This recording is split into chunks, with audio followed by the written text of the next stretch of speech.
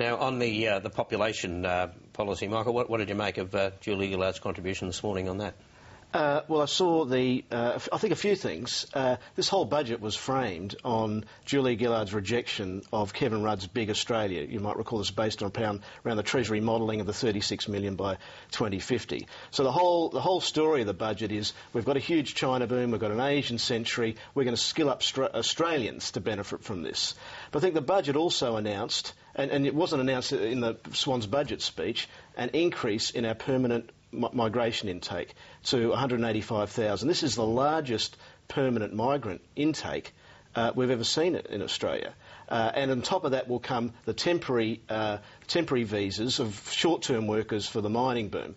What I think we're seeing here is that the government will be forced to have quite a solid migration program because the labour market is tightening so much. You'll have wage pressures increasing, and unless they do have immigration going at a pretty solid level, they'll get inflation going up and interest rates going up, and that will destabilise the economy and it'll come back to hurt them politically. That's what the budget told us on Tuesday, and that was the whole budget story. Then on Friday they bring out a population policy which won't put a number on it, which sort of says, look, you know, we don't need more people, and if we do, we're certainly not going to add them all up and tell you the total number. We also know that Treasury told both parties after the election in the red and blue books that we're going to get close to 36 million, even with a decrease in the net migration intake. So that's where we're headed anyway. So this kind of glossy brochure to kind of gloss over it and say, yeah, we really feel your pain in traffic queues is kind of insulting, really. Except there are two things that are good about it. One of them is they had to put a full stop on the whole population issue, which so essentially they've sort of squirmed out of it.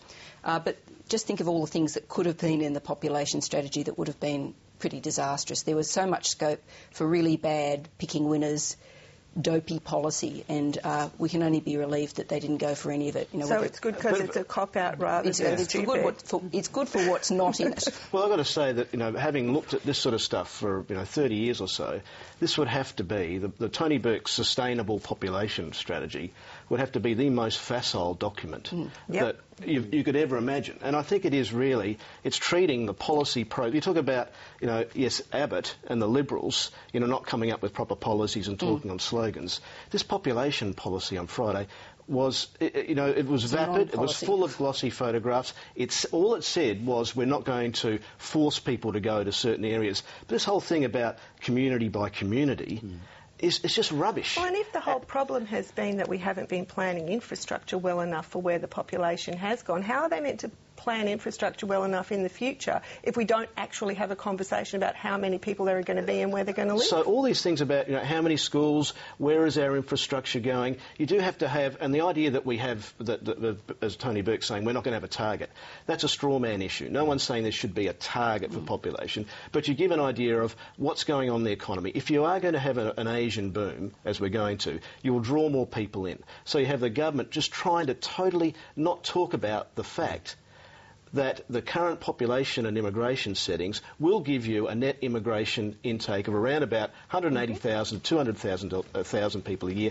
That will lead, that's basically what the Treasury projected, and that will lead to your 36 million people by 2050. Whether you call it big, small or medium. Which is what Julia Gillard supposedly has rejected. So I think it's really, it's one of the worst policy statements I've ever seen. It's a unanimous thumbs down, I think, on that particular issue. Well, more with our panel shortly. Lenore Taylor, Michael Stutchbury and Laura Tingle. But now here's Mike Bowers and Talking Pictures.